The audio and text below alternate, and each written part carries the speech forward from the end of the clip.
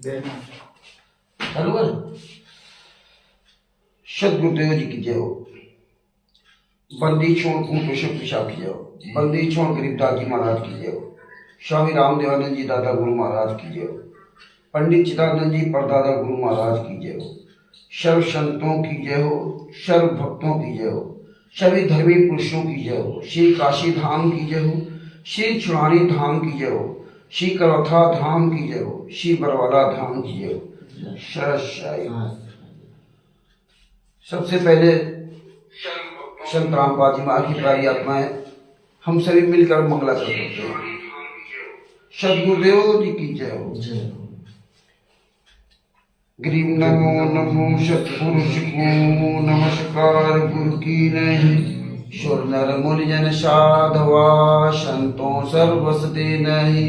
सतगुरु साहिब संत सवे दंडोतम प्रणाम।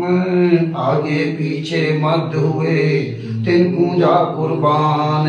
नराकार निर्विषैनम काल जाल भयभंजनम।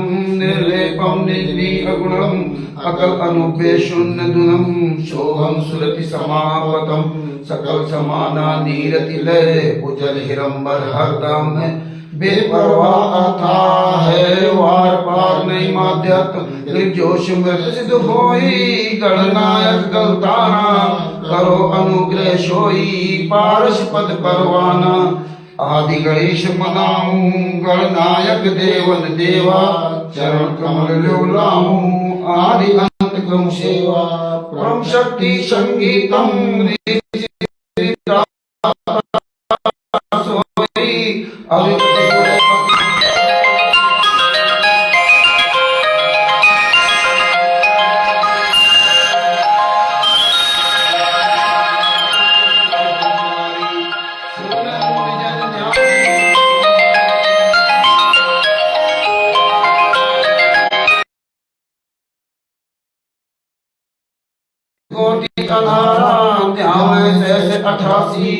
उतरे भोजल पारा कटिए यम की फांसी।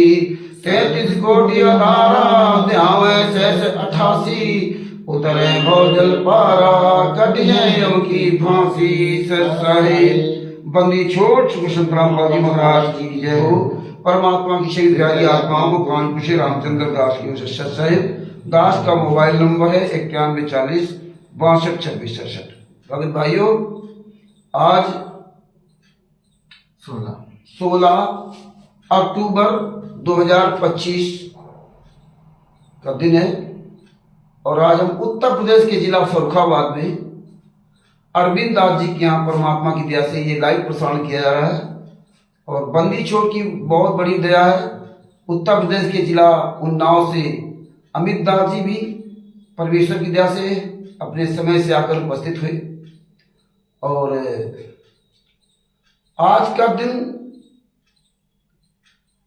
स्पेशल क्यों है, इतना महत्वपूर्ण क्यों है? क्योंकि हमें आपको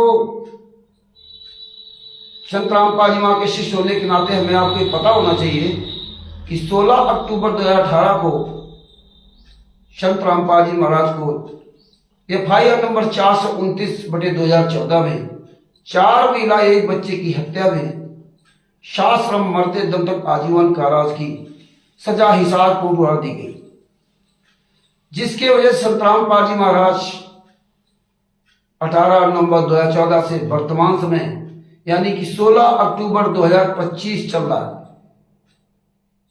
संत रामपाल जी महाराज एक दिन के लिए, 1 घंटे के लिए, 1 मिनट के लिए उनको जेल से बाहर नहीं छुड़वाया गया।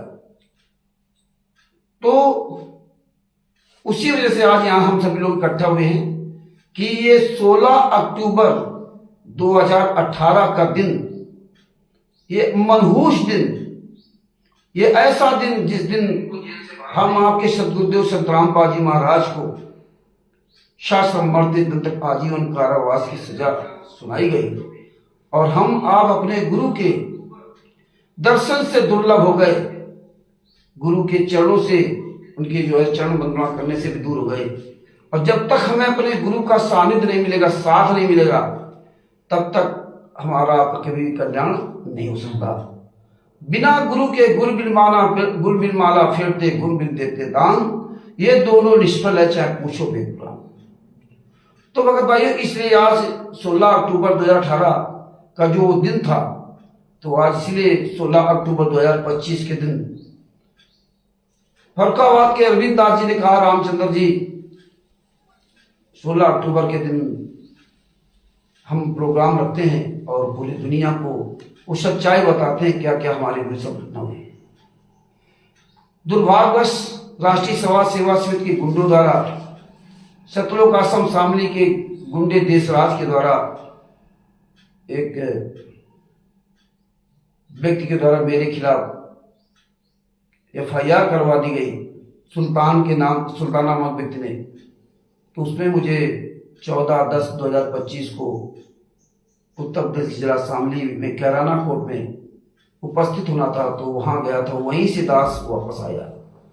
तो उतनी अच्छी सुविधा नहीं, परमेश्वर दया उतनी व्यवस्था नहीं हो पाई, लेकिन जो भी है उसी में हम व्यवस्थित तरीके से आप तक जो है सच्चाई को पहुंचाने का भरसक प्रयास करूंगा।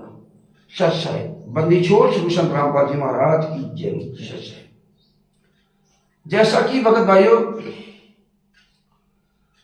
हम जो मानव जीवन प्राप्त किया और मानव जीवन प्राप्त करने के बाद बचपन से ही हमें जो शिक्षा दी गई, स्वर्ग तक की बात बताई गई और उसी मार्ग पे हम दृढ़ता के साथ चल रहे थे।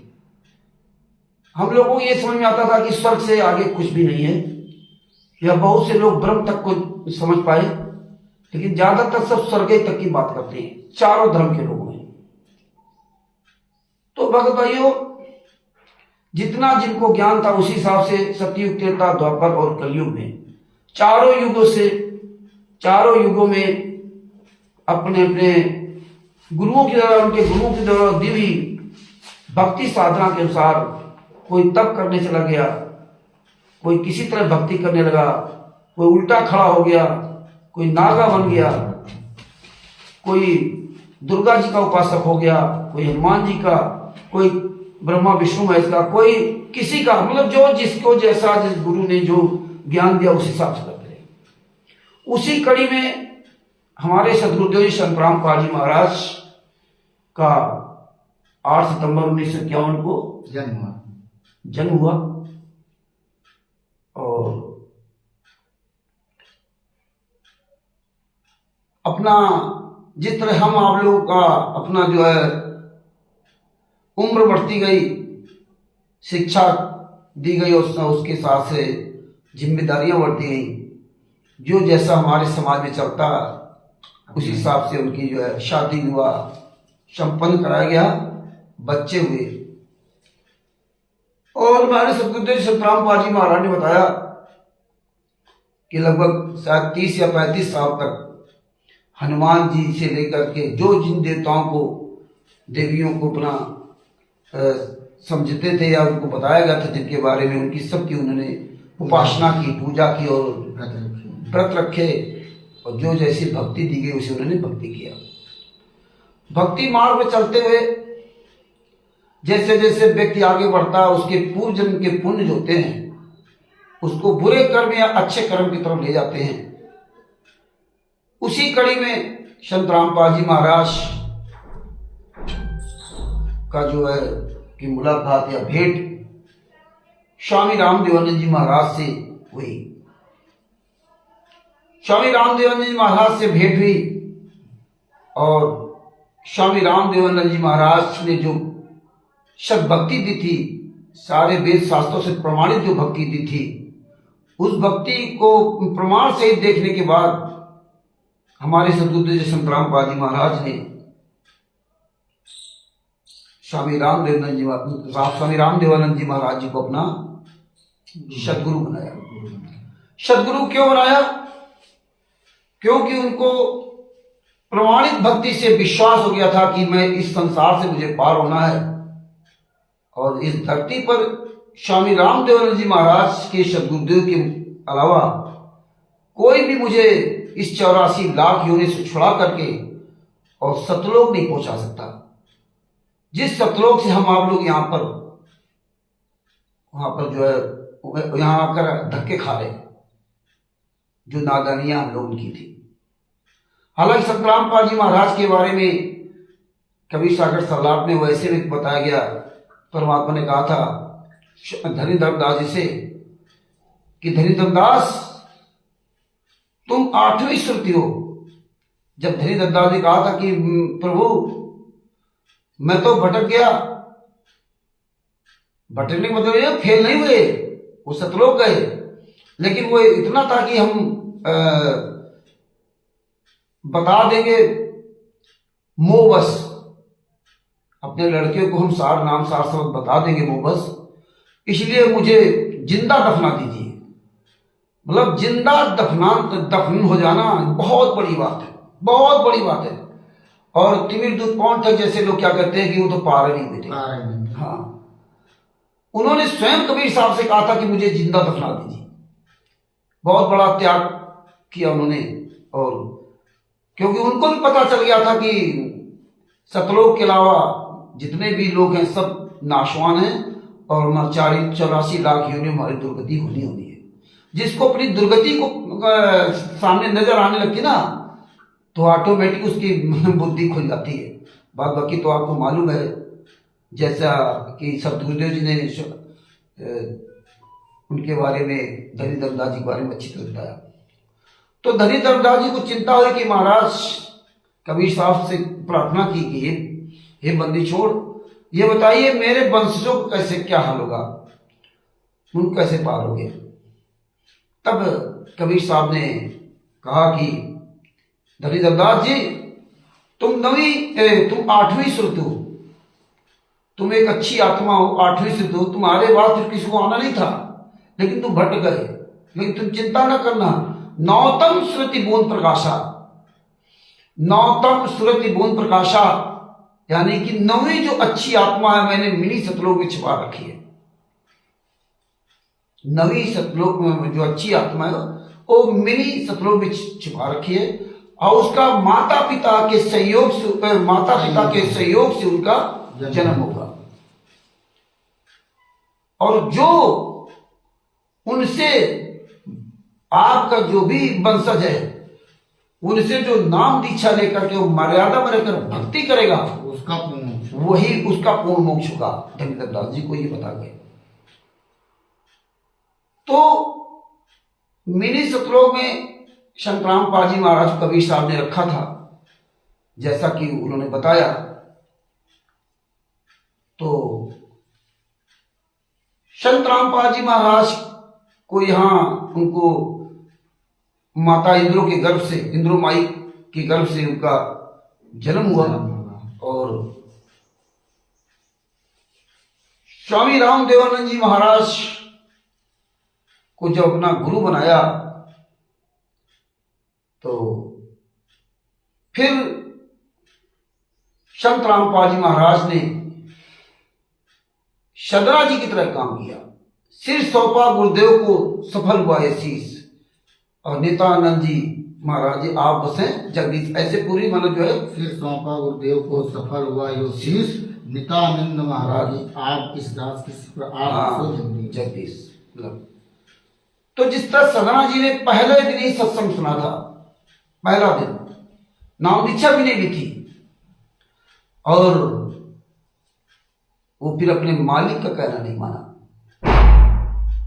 बाकी आपको पता है, लंबी क्या कहानी ना बता करके सत्संग पता है। तो दोनों हाथ उसने अपने कटना स्वीकार कर लिया, लेकिन बकरे को दोबारा आगे या पीछे से किसी भी तरह से उसको काटा नहीं, खुद अपने हाथ कटवा दिए। लेकिन देखिए कितनी बड़ी बात है कि उन्होंने पहले दिन सत्संग सुना था और दोनों हाथ कट गए, या एक हाथ कट जाए तो आदमी मर जाएगा जिसका कोई इलाज नहीं होगा, उसके दोनों हाथ कट गए थे, पूरा खून निकल गया होगा, और कैसे वो चल रहा था। और हम आप लोग केवल सत्संग सुनते मौज मस्ती के लिए, ये नहीं सोचते कि चल कैसे रहा था। चल इसलिए रहा था क्योंकि वो सदगुरुदेव को सौंप दिया था, और हम आपने सदगुरुदेव को अभी तक कुछ सौंपा नहीं है, चाहे जितने पुराने अपने आप को भगत कहते हो। तो ये वही सौंपेगा जिसको इस काल लोक का भय नजर आएगा, जिसको 84 लाख योनियां नजर आएंगी। जो 84 लाख योनियों में अंजर, चैचर, जलजर, ये जितने जीव है, कुत्ता, गधा, सुअर जो बन रहे हैं, कितनी यातनाएं इनको सहनी पड़ रही है। ये जिसको कष्ट याद रहेगा वो फिर कभी भी अपने गुरुदेव से अलग हो ही नहीं सकता। वो तो फिर रियल में सदगुरुदेव को अपना सौंप दिया, फिर कुछ भी करें गुरुदेव जी। तो ये संतराम पाल जी महाराज को उस ज्ञान आधार से समझ में आया और उन्होंने अपने आप को सर्वस्व सौंप दिया अपने गुरुदेव को, और इतनी ऐसी सेवा की अपने गुरुदेव की, इतनी विकट सेवा की कि देखिए 1988 में स्वामी रामदेवानंद जी महाराज ने परम पूज्य सदगुरु संतराम पाल जी महाराज को अपनी शरण लिया, और 1994 में यानी कि मात्र 6 साल बाद संतराम पाल जी महाराज को अपना पूरा कारभार सौंप दिया,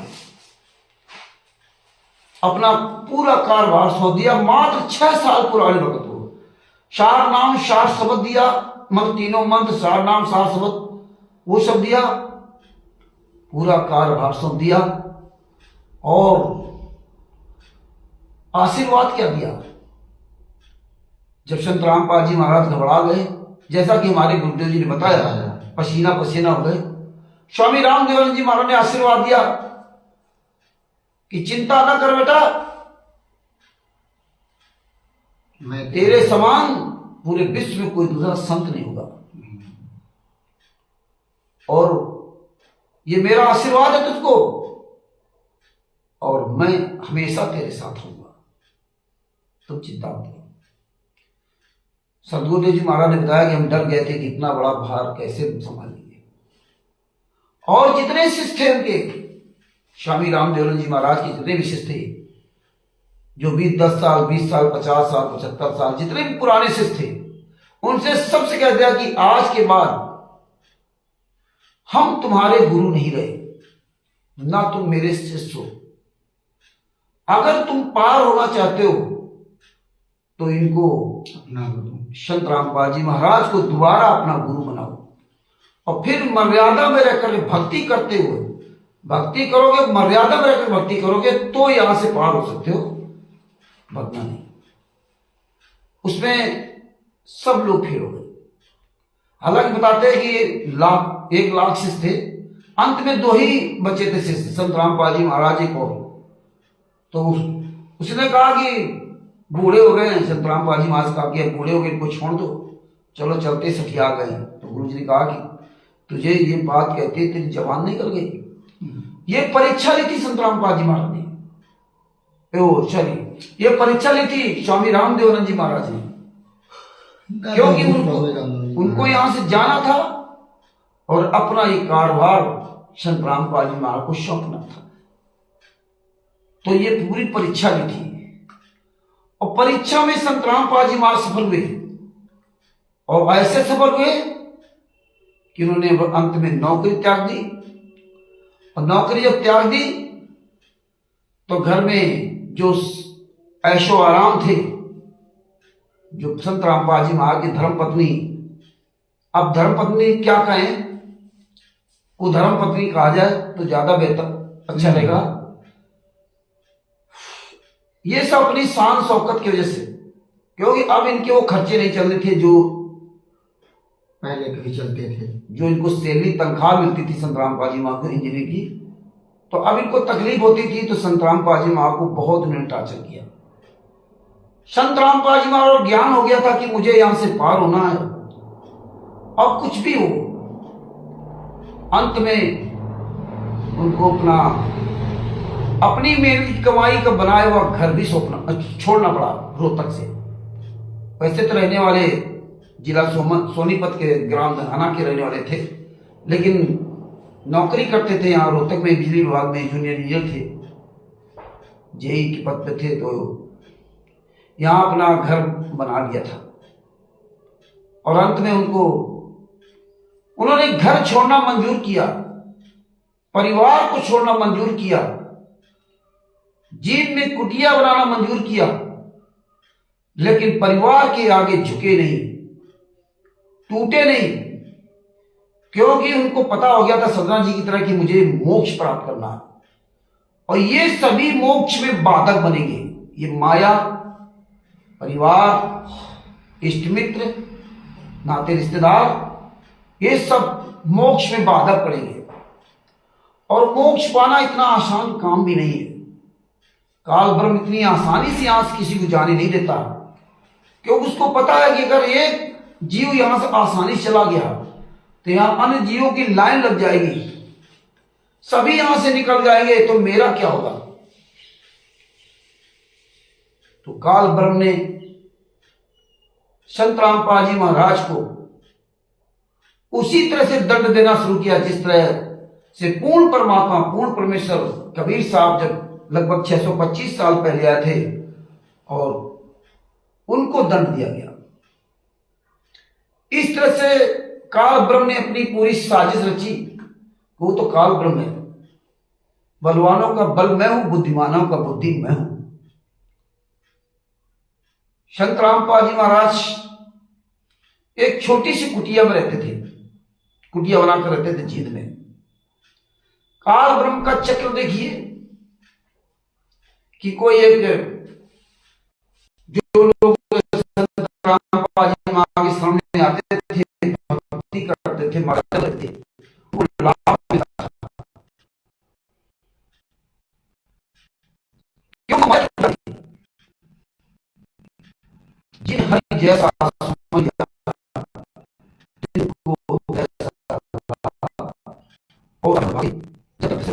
जो जैसा स्मरण करता है उसको वैसा ही उसको फल मिलता है। तो जो माया की पुजारी थी, जो राजीव अहलवालिया है, महाराष्ट्र का ट्रक का कारोबार है, उनके पिताजी को जो भी लाभ हुआ होगा, उस समय तो दास वहां नहीं था, जितना दास दूसरों के द्वारा सुना उतनी बात दास कर रहा है। और उन लोगों ने करौथा में एक छोटी सी जमीन लेकर के छोटा सा आश्रम बनाया।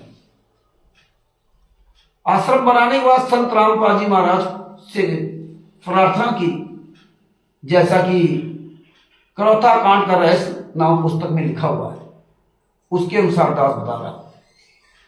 संत रामपाल जी महाराज प्रार्थना की कि हे बंदी छोड़, आप पधारे आश्रम में और वहां सत्संग करें, पूरी दुनिया सुनेगी। संत रामपाल जी महाराज उनकी प्रार्थना स्वीकार की, या क्या हुआ उसके बारे में हम प्रमाणिकता के आधार से नहीं बता सकते, कह सकते, जो सुनी सुनाई बात है वही बात कह सकते। कल कोई ये ना कहे कि रामचंद्र अपनी तरफ से बात बना रहा था। करौथा आश्रम में जाने के बाद संख्या बढ़ने लगी लोगों की। काल ब्रह्म को अपना चाल चलना था। काल ब्रह्म को चलना था, चाल चली कि लोग जीव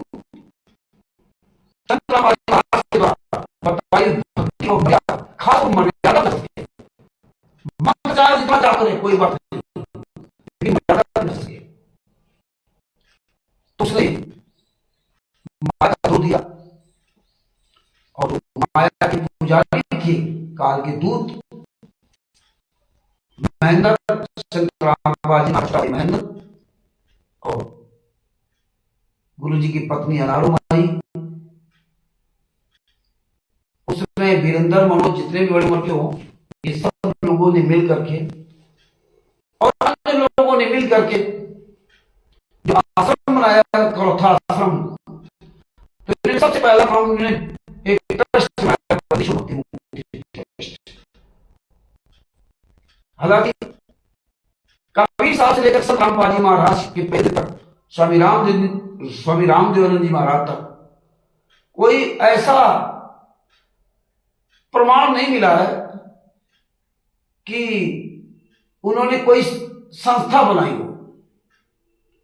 स्वामी रामदेव जी महाराज के भी लाखों शिष्य थे, लेकिन दास को कभी ये सुनने नहीं मिला कि उन्होंने कोई संस्था बनाई।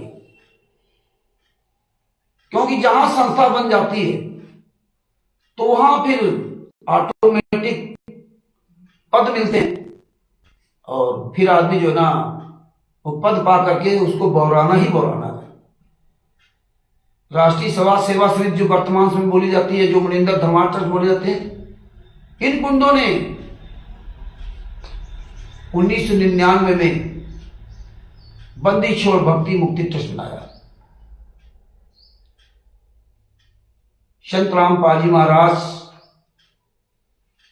के आदेशानुसार बनाया या नहीं बनाया, क्योंकि आदेशानुसार तो हम नहीं कह सकते, क्योंकि जिन संत रामपाल जी महाराज ने 1994 में अपना घर परिवार सब त्याग दिया था, तो उसको दोबारा कैसे बन गया? कहते परमात्मा की जो तुम छाड़ो हाथ तो कौन उतारे पार। जिसको उस परमात्मा ने, जिसको उस गुरु ने त्याग दिया हो, उसको कोई असंख्य ब्रह्मांडों में बचाने वाला नहीं है। जिसको गुरु ने त्याग दिया, और गुरु ने अपने घर परिवार नाते रिश्तेदार सबको त्याग करके तब जीव में कुटिया बना के रहते थे, तो सबको त्याग दिया था।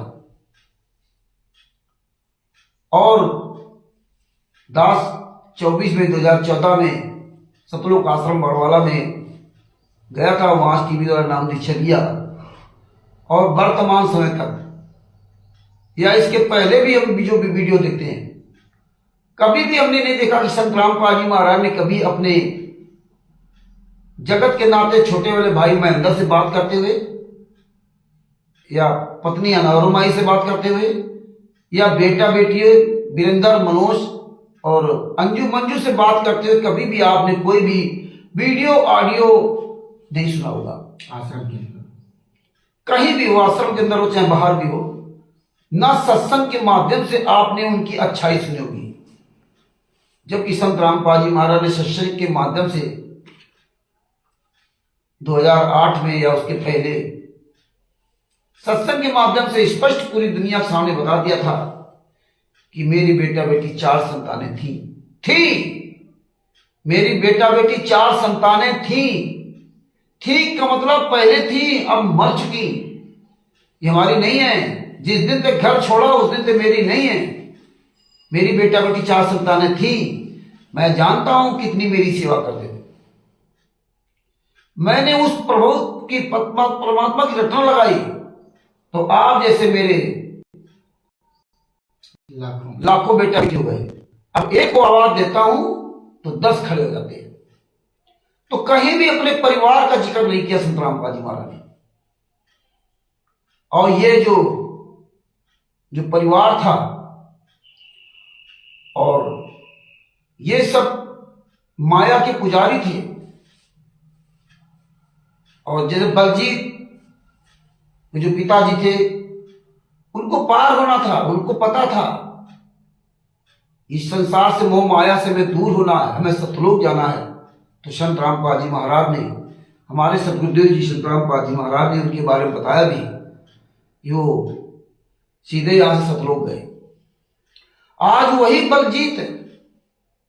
और आज आप देखो पूरी राष्ट्रीय समाज सेवा समिति, इनको कोई सतलोक से लेना देना नहीं, बढ़िया नेता बने घूम रहे।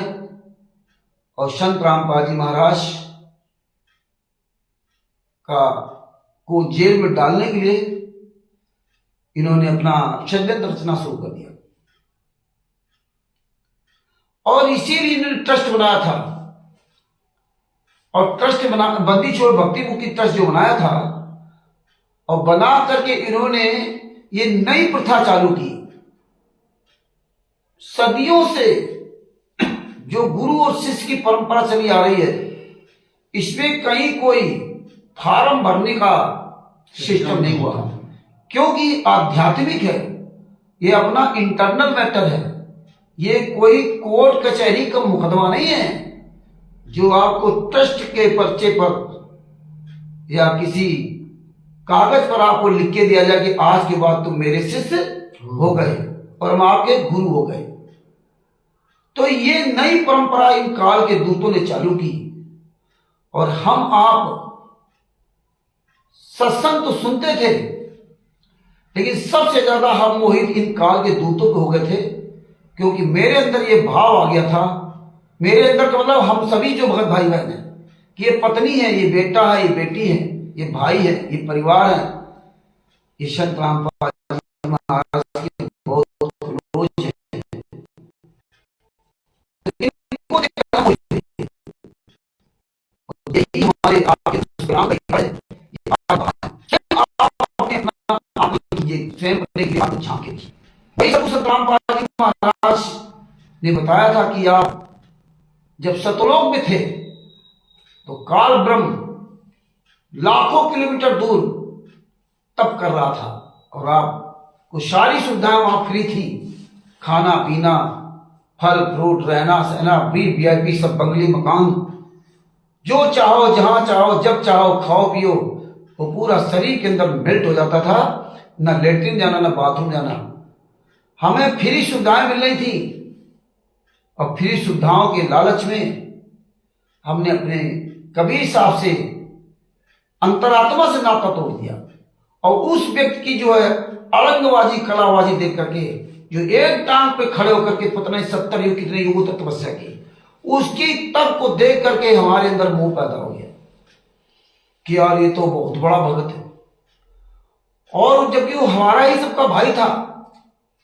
और इसके बाद देखिए, केवल सिर्फ आपने उसको देखा और देखने के बाद आपके अंदर मन में इतनी सी बात आई, उससे कुछ मिला नहीं आपको, मिला ये कि आप सदियों से पता नहीं कितनी बार 84 लाख योनियों में क्या क्या आपने कष्ट उठाए होंगे और आज भी आप कष्ट उठा रहे हो। तो भगत भाइयों, इसी प्रकार से यहां पे हम आप जब ये सतलोक का सब कुछ समझने के बाद भी हमारी आपकी अकल ठिकाने नहीं आई, संत रामपाल जी महाराज ने हमें उंगली रख रख के पढ़ाया और यही गलती हमने 625 साल पहले भी की। कबीर साहब जब आए और फिर संत रामपाल जी महाराज जब यहां इस पृथ्वी पर आए, संत रामपाल जी महाराज ने मुझे उंगली रख रख के पढ़ाया, एक बच्चे की तरह पढ़ाया। लेकिन हमने सबने सतलोक से भी गंदा काम किया वर्तमान समय, जबकि वर्तमान समय में हम पढ़े लिखे लोग हैं। और इसके बाद भी हम आश्रम में जाते थे तो इनको सबको काल के दूतों को देख करके ना मोहित हो गए। हमेशा याद रखना, कोई भी पतिव्रता स्त्री, हमारे आपके भी जगत के नाते स्त्रियां पत्नियां हैं, कोई भी पतिव्रता स्त्री अगर पर पुरुष को अपने मन में, उसके दिल दिमाग में अगर उसको जगह दे दी, उसका भाव उस पर पुरुष पे आ गया, तो उसी दिन से उसका पतिव्रता धर्म नष्ट हो गया। ये बहुत नाजुक डोर है, ये आपको दिखाई नहीं देगी मकर तार की डोरी की तरह, लेकिन ये टूटने में टाइम नहीं लगता, इसको जोड़ने में पता नहीं कितने युग बीत जाए और फिर भी कोई ना जुड़े। और यही हमारे के साथ होगा। तो हम आपने अपना पतिव्रता धर्म सतलोक भी नष्ट किया, 600 साल पहले भी नष्ट किया, और वर्तमान समय में तो हम पूरी तरह से अपने पतिव्रता धर्म को पूरी तरह से नष्ट कर दिया। अपने पति परमेश्वर सतगुरु संत रामपाल जी महाराज से ज्यादा राष्ट्रीय समाज सेवा समिति गुंडों को, पवन टक को, तिमिर दूत पवन टक को, संजय नकली नानक को, काकभूषण को, सदभूषण से गद्दार लोगों को, तमाम तरह के ऐसे लोग आए, जो नाला संचालकों को, कोऑर्डिनेटरों को, स्टेट कोऑर्डिनेटरों को, आदि लोगों को हमने अपने गुरु से ज्यादा महत्व दिया और आज भी दे रहे हैं। हमारे आपके आंखों पर जो ये अंधकार का जो पर्दा पड़ा ना, परमात्मा ने तो हमें बढ़िया अच्छी लेंस का चश्मा लगा दिया था आंखों में, जिसमें आप दूरदर्शिता हो गया, दूरदृष्टि से देखो, पहचान जाओ कि ये व्यक्ति कैसा है। और उस पहचान के लिए हमें संत रामपाल जी महाराज ने नियम बताए थे कि बेटा ये नियम है, इससे आप अच्छे बुरे व्यक्ति की पहचान कर लोगे और तुम्हें हमारे अलावा कोई दुनिया में कुछ भी खिलौना नहीं दे सकता। मेले में अगर आप गए हो तो बच्चा जब देखता है दौड़ के ये खिलौना वो खिलौना, लेकिन पिता ही खिलौना दिलवा सकता और कोई खिलौना दिलवा नहीं सकता, क्योंकि वो जो खिलौना बेच रहा है वो भी कहीं से खरीद के लाया है वो भी खरीद करके लाया है। तो हम सब लोगों ने शुरुआत से ही हमारे अंदर जो भाव पैदा था राष्ट्रीय समाज सेवा समिति गुंडों को अपनाना, ये हमने किया और उसका परिणाम ये हुआ कि ये कालदूत माया के लोभी, इनको सतलोक जाने की चिंता नहीं है, क्योंकि कहते ना विनाश काले विपरीत बुद्धे। इन गुंडों ने जब देखा कि पैसा खुआएगा, ऐसो आराम करेंगे यहां पे, तो इन गुंडों ने संत रामपाल जी महाराज के खिलाफ वही बंदी छोड़ भक्ति मुक्ति ट्रस्ट का माध्यम बना करके आप लोगों को फर्जी नाम दीक्षा फार्म दिया गया, जिसमें संत रामपाल जी महाराज कोई शान नहीं, संत रामपाल जी महाराज कोई मोहर नहीं। और हम पढ़े लिखे लोग, हम शिक्षित लोग वो फार्म लेते गए जिसमें संत रामपाल जी महाराज ना तो कोई साइन था ना तो उनकी कोई मुहर थी। जैसा कि हम जानते हैं कि किसी भी का कोई प्रमाण पत्र है, अगर उसमें उस डिपार्टमेंट के अधिकारी के साइन और मुहर नहीं है तो वो प्रमाण पत्र फर्जी माना जाएगा। और हम आप ये देखते थे संत रामपाल जी महाराज आश्रम बैठे और फार्म लेके चले, फार्म भराया, चार आज लगी, ठीक है, हाँ गुरु जी बता रहे सतनाम लिखा, तो उसके संत रामपाल जी बताया था कि कोई ऐसे फार्म भरा दे और वैसे हमारे साइन बना दे, तो वो जब असली अधिकारी के पास जाएगा तो वहां पर वो आ जाएगा, वहां तुम्हारा ये असली नकली वाला खेल नहीं चलेगा, क्योंकि चित्रगुप्त जी आपकी वीडियो बना रहे हैं। और ये बात हम आप भूल गए जब आप भूल गए तो आम आदमी क्या करेगा। और ये वहीं से पतन की कहानी शुरू हुई, हमारी आपकी पतन की कहानी, ना कि संत रामपाल जी महाराज की पतन की कहानी। पतन की कहानी तो हमारी आपकी शुरू हुई है, संत रामपाल जी महाराज के पतन की कहानी नहीं है। लेकिन हमारे आपके वजह से संत रामपाल जी महाराज को इतना दुख झेलना पड़ रहा। अगर हम आप जागरूक होते तो आज हमारे सदगुरुदेव जी जेल में नहीं होते, हमारे सामने होते। आपको इस्तेमाल किया जा रहा है, आपके पैसे का इस्तेमाल किया जा रहा है, आपको इस्तेमाल किया जा रहा है। एक सिरफिरा व्यक्ति आपको इस्तेमाल कर रहा है और आपके ही गुरु के खिलाफ इस्तेमाल कर रहा है, और आप खुशी खुशी अपने गुरु के विरुद्ध कार्य करने के लिए 24 घंटे इन गुंडों का खुलकर साथ दे रहे हैं। चाहे वो राष्ट्रीय समाज सेवक गुंड हो, चाहे वो तिमिरदूत पवन ठग हो, संजय ठग हो, चाहे कालदूत वो नरेंद्र या काल का दूत दूसरा गद्दार हो। जब आपका किसी व्यक्ति के अंदर ये भाव पैदा हो गया कि वो 35 साल पुराना वकील और रामचंद्र को उसने सिखा दिया, पढ़ा दिया, तो आज रामचंद्र बोल रहा, उसको बता रहा अकल नहीं है। लेकिन ये प्रमाण है कि इनको कितनी अकल है, उसका प्रमाण सहित आप सबके सामने रखा गया है। और उस प्रमाण को आप स्वीकार करें या ना करें उससे फर्क नहीं पड़ता। फर्क तो तब आपको पता चलेगा जब आप त्रिकुटी में आप भीगी बिल्ली बने होंगे, तब आपको पता चलेगा। अभी तो आप ऐश कर रहे हो, मौज कर रहे हो, अभी तो आपको लगता है कि रामचंद्र तो बकवास करता है, गाली देता है, लेकिन यही गालियां आपको वहां भी समझ में आएगी।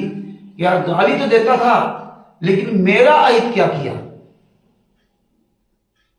ये आपको बातें जब आप गहरी खाई में गिर जाते हो तब आपको पता चलता है कि मेरा दोस्त कौन है, दुश्मन कौन है। फिर तुम्हें वहां कोई बचाने वाला नहीं, क्योंकि आप अमर्यादित हो जाते हैं। तो इसीलिए ये चीजें में सावधानी पूर्वक रहना चाहिए था, क्योंकि आप वैसे तो बड़ी बड़ी बात करते हैं। गीता अध्याय 4 नंबर 34 में भगवान श्री कृष्ण ने अर्जुन से कहा, हे अर्जुन, उस तत्वदर्शी संत की खोज कर, फिर उसकी कपट भाव छोड़कर उसकी शरण में जा, और फिर उसकी सेवा कर, और जब उसकी सेवा से, आपकी सेवा से वो प्रसन्न होंगे, तब तुझे तत्व ज्ञान देंगे। ये विधि थी संत रामपाल जी महाराज से जुड़ने के लिए। और शिष्य ये विधि थी संत रामपाल जी महाराज से जुड़ने के लिए। लेकिन हमने क्या किया, संत रामपाल जी महाराज से तो नहीं जुड़े, उनको तो केवल कहने में हो गया कि हमारे गुरुजी हमारे गुरुजी हैं। लेकिन आपने इन ठगों को अपना मेन मुखिया बना रखा। इस वजह से जो साजिश रची गई, छुड़ाई धाम कांड से साजिश रची गई संत रामपाल जी को फंसाने के लिए, और अंत में तुम सब लोगों के सहयोग से करौथा कांड करवा करके ही दम लिया। किन गुंडों ने दम लिया? जिनको संत रामपाल जी महाराज ने 1994 में त्याग दिया था, और वर्तमान समय भी आप उन्हीं के पीछे लगे हुए हो। तो और यही जो आप ये यथार्थ भक्ति बोध का अनुवाद देख रहे हैं पुस्तक, इसमें आप सिर्फ की अधीनता पढ़ते हैं, क्योंकि मंगलाचरण करते आप केवल रट्टू तोता बने हुए हैं। अगर कोई व्यक्ति इस पुस्तक के अनुसार चल रहा है तो अच्छी बात है, और जो केवल रट्टू तोता बना हुआ है उसको सोच लेना चाहिए कि आप चाहे 1994 में संत रामपाल जी महाराज नाम दीक्षा लिया हो, और चाहे गौथा आश्रम के अंदर नाम दीक्षा लिया हो, या बरवाला के अंदर टीवी द्वारा नाम दीक्षा लिया हो, या बरवाला कांड के बाद नाम दीक्षा लिया हो, वर्तमान समय नाम दीक्षा लिया हो, आप सबके लिए नसीहत है पुस्तक शिष्य की आधीनता। और शिष्य की आधीनता में कहा था, दो कर जोर गुरु की आगे, और करीबो बिनती चरण लागे, अति शीतल बोले तब बहना सब बहना, और मेटे सकल कपट के बहना। नीचे हमारे गुरुदेव ने संत रामपाल जी महाराज ने हिंदी में अनुवाद भी कर दिया। अनुवाद में कहा, शिष्य को चाहिए कि अपने गुरुदेव के सामने दोनों हाथ जोड़कर चरणों में मस्तक यानी सिर रखकर बहुत विनय प्रार्थना करे। वही बात आ गई जो गीता अध्याय 4 नंबर 34 में हुई। प्रार्थना करे, शिष्य अपने गुरु जी के सामने शीतल बहन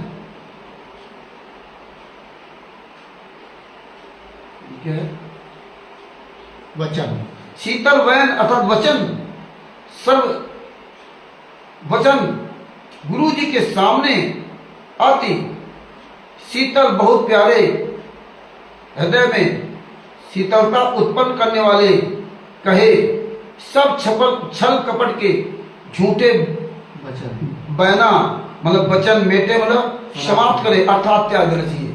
झूठ भरे 420 सब त्याग देनी चाहिए।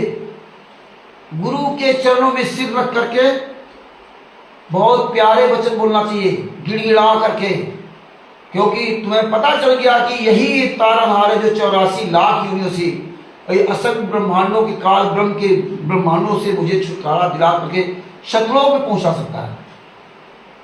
नहीं तो वरना हमारी दुर्गति होती आ रही है और फिर होगी। जिसको इतना ज्ञान हो गया वो फिर अपने तारनहार को कभी छोड़ नहीं सकता।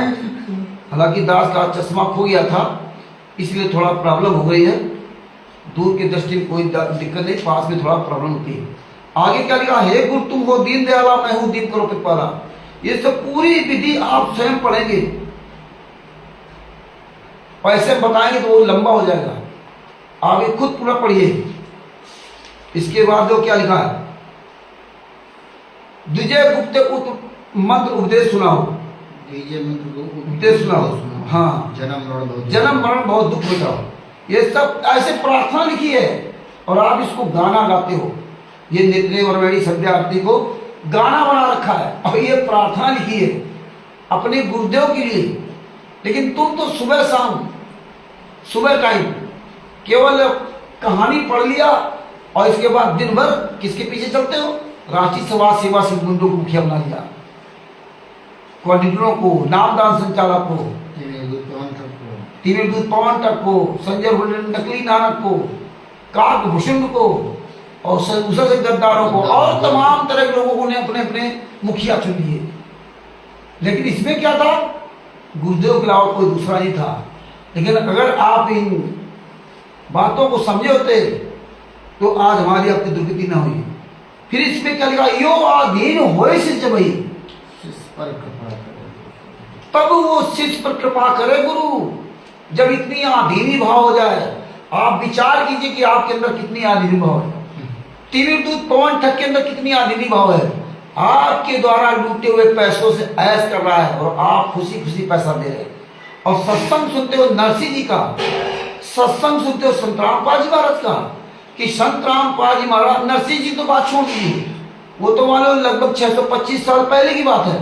अरे वर्तमान समय में जो आपके सदगुरुदेव संत रामपाल जी महाराज, हमारे सबके सदगुरुदेव संत रामपाल जी महाराज ने इंजीनियरिंग की नौकरी छोड़ी, इंजीनियर जेई की नौकरी छोड़ी, जूनियर इंजीनियर बिजली विभाग में, वो नौकरी छोड़ी कि हमारे परमात्मा ने, हमारे सदगुरुदेव स्वामी रामदेवानंद जी महाराज ने जो नौकरी दी है, इस नौकरी से हम ये 84 लाख योनियों से और ये काल के ये ब्रह्मांडों से पार होकर के सतलोक में मौज करेंगे।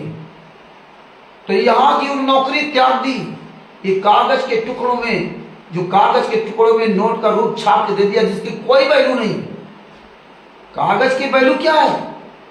भारत के प्रधानमंत्री नरेंद्र मोदी ने 1 मिनट के अंदर सबको रद्दी बना दिया, नोटबंदी कर दी। आपको विचार करना चाहिए कि नरसिंह जी के पास तो उस जमाने में 56 करोड़ थे, वो भी नंबर 1 सोने की गिन्नियां थी, नंबर 1। उन्होंने उनको ठोकर मार दी।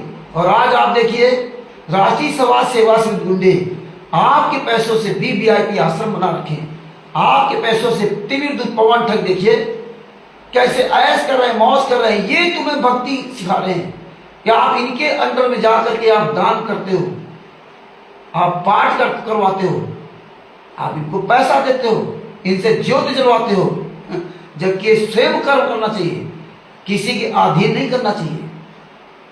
आप अपने गुरु की अधीनी छोड़ करके आप इनके सबके चुंगल में आकर के अपना जीवन बर्बाद कर रहे हो। इसीलिए इसमें कहा था, इस अमृतवाणी में परमेश्वर कबीर जी ने अपने कृपा पात्र भक्त को समझाया है। देखिए, इस वाणी में यो आधीन होए शिष्य वही और शिष्य पर कृपा करे तो वही। मतलब इस वाणी में कबीर साहब ने अपने कृपा पात्र भक्त को समझाया है। किस भक्त को? जो गुरु पद पर विराजमान है, गुरु पद पर विराजमान है, जो गुरु पद पर विराजमान, यानी कि जिनको नाम दीक्षा देने का अधिकार दिया गया है। अर्थात स्वामी रामदेवानंद जी महाराज ने संत रामपाल जी महाराज को गुरु पद दिया, नाम दीक्षा देने का अधिकार दिया। तो संत रामपाल जी महाराज को नसीहत दी है, या जो भी इस तरह से हमारे जितने भी गुरु प्रणाली में दादा परदादा है, सबको ये नसीहत दी गई, क्योंकि नसीहत एक होती है, नसीहत में कोई परिवर्तन नहीं होता। जो नियम मर्यादा एक भगत के लिए होती है, वही नियम मर्यादा एक गुरु के लिए होती है। वही नियम मर्यादाएं उस परमात्मा के लिए होती है। अगर परमात्मा वो नियम पे नहीं चलेगा तो वो अपने उस भगत को कैसे समझाएगा नियम पर चलने के लिए? वो भगत वो कैसे चलेगा? कौन भगत? जिसको गुरु पद देना है।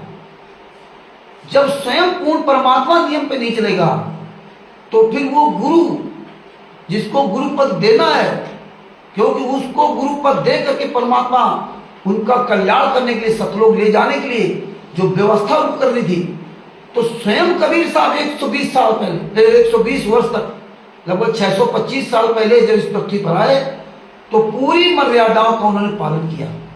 स्वयं असंख्य ब्रह्मांडों का मालिक जब इस पृथ्वी पर आया तो झोपड़ी में रहा, और आज हम महलों में रह रहे हैं और अपने आप संत रामपाल जी महाराज का नंबर 1 का शिष्य कहते हैं। जिसके पास जितना पैसा, जिसके पास जितनी गाड़ियां और जिसके पास जितने आदमी, वो अपने आप को समझता है यही सबसे बड़ी कृपा संत रामपाल जी महाराज की हमारे ऊपर है और हमारे पर कबीर साहब की कृपा है।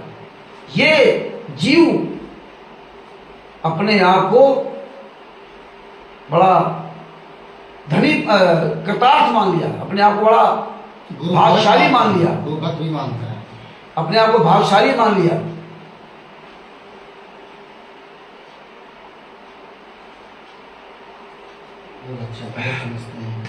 आगे गुरु ने क्या कहा?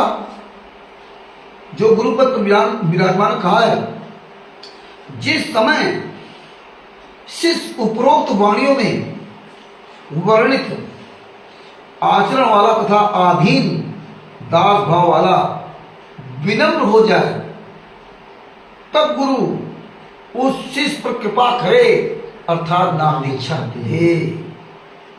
जब उसके अंदर इतना आधीनी भाव हो जाए, आधीनी भाव का मतलब क्या है? कि अब तुम्हें कैंसर लास्ट स्टेज का है और डॉक्टर ने बता दिया तुम्हें मरना है, तो तुम क्या, तुम्हारा पूरा वंश उस डॉक्टर के चरणों में नाक रगड़ेगा। जिस परमात्मा को जिस भक्ति करते हो उसकी तुम नाक रगड़ोगे, क्योंकि वो असली आधीनी भाव है कि तुम्हारे सामने मौत खड़ी है। तो अब तुमको उस समय वो व्यक्ति चाहिए तुम्हारा बचावनहार है। तो जब ये तुम्हारे अंदर भाव होगा कि नहीं, वास्तव में मुझे फिर 84 आगे उन्हें जाना पड़ेगा, मैं सुबह उठ करके नाश्ता चाय पानी जो कर लेता हूँ, कुत्ते की तरह मुझे नाश्ता भी नहीं मिलेगा और मैं जगह जगह ठोकर खाते हुए अंत में क्या खाओगे ये सबको पता है। तो जिसके अंदर ये भाव आ जाएगा वो बकवास करेगा ही नहीं, वो धन इकट्ठा करेगा ही नहीं। बात बाकी तो परमात्मा ने जिम्मेदारी ना,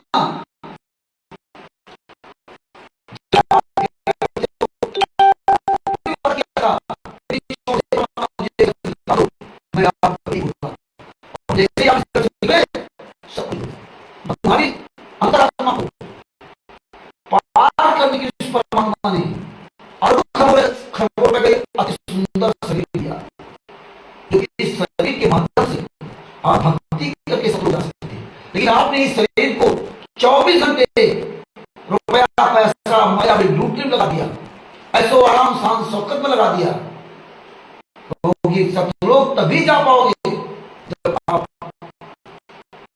स्वाद छोड़ोगे, इस सांसारिक से वो ममता दूर होगी, योगी बनोगे, तभी आप सब लोग जा सकते, वरना नहीं सब लोग जा सकते। सोचिए आप कितने बड़े योगी हो। आगे क्या कहा? हाँ, जब इतनी आधीनी भाव होता तो आप समझ लीजिए, जिस तरह पति जो 7 फेरे लेती है, तो उसको ये बता दिया, उसको ये बताया गया कि तेरा कल्याण इस पति से ही होना है। तो देखिए हमारे यहाँ हिंदू धर्म में स्त्रियों का क्या हाल है, कितना कठिन व्रत रखती है अपने पति की लंबी आयु के लिए। तीजा का व्रत रखती है, करवा चौथ का व्रत रखती है, जो करना नहीं चाहिए उनको। और उसमें तो बताते तीजा में तो निर्जला रहती है, पानी नहीं पीती है। किसके? अपने पति के लिए, अपने पति को अपने पति के इतना त्याग करती हैं कि हमारे इस पति से ही मेरा है। और हर स्त्री यही चाहती है कि पति के सामने मेरी मौत हो जाए, पहले पति की मौत न, सबसे पहले मेरी मौत हो। ये हर स्त्री यही चाहती है। और आप अपने पति परमेश्वर सतगुरु संत रामपाल जी महाराज को गुरु तो बना दिया, लेकिन इसीलिए संत रामपाल जी महाराज ने कहा था, नारी कहावे पीर की पीऊ की रहे और समझोए, और जार विदा मन में बसे खसम खुशी कहाँ हो। उसको कहाँ खुशी हो सकती है?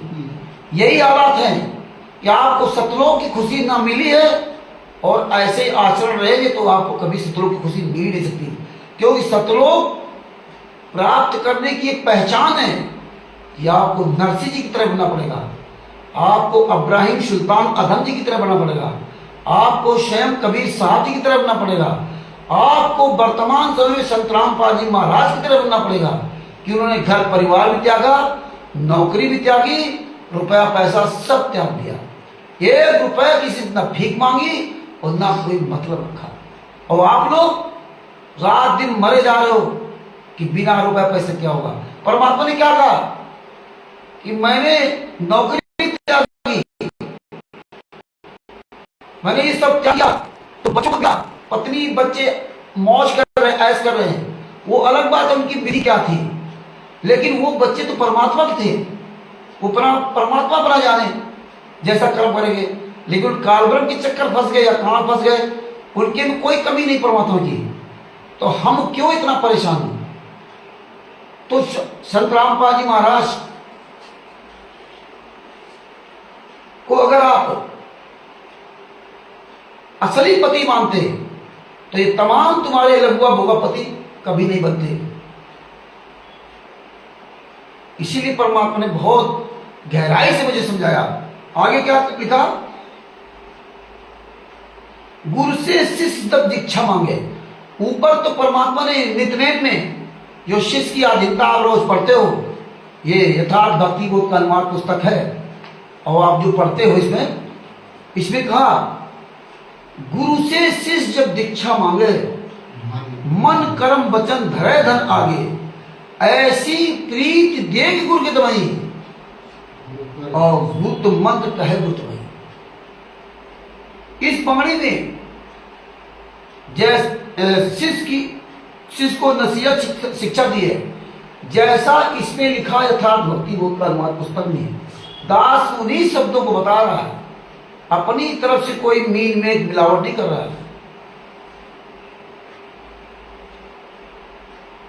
इस पानी में शिष्य को नसीहत दी है कि जिस समय शिष्य गुरु जी के नाम दीक्षा लेते समय,